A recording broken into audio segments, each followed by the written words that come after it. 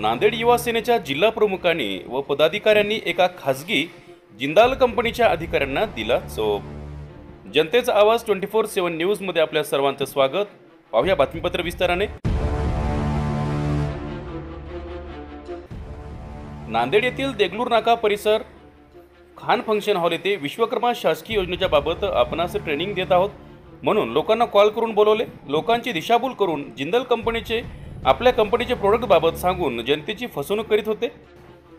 त्याच ठिकाणी उपस्थित असलेल्या काही सुज्ञ नागरिकांनी युवा सेनेच्या जिल्हा प्रमुख ॲडव्होकेट अक्षय वट्टमर यांना फोन करून याबद्दल सविस्तर माहिती दिली। तसेच झालेल्या फसवणुकीबद्दल या ठिकाणी फसवाफसवी सुरू असल्याचे शहर प्रमुख युवा सेना ईश्वर सूर्यवंशी, उपजिल्हा प्रमुख प्रवेश खान, उपशहर प्रमुख खाजाबाई यांनी घटनास्थळी तात्काळ भेट देऊन कंपनीच्या अधिकाऱ्यांना शहानिशा करून संबंधित घटनेची माहिती दिली। सदरील घटना ही फसवाफसवीची असल्यावर समजले। जनतेची दिशाभूल आणि फसवेगिरी करणाऱ्यावर त्या ठिकाणी जागेवर चोप देण्यात आला। त्यानंतर पोलिसांना प्राचारण करून संबंधितावर गुन्हा दाखल करण्याची मागणी त्या ठिकाणी करण्यात आली आहे।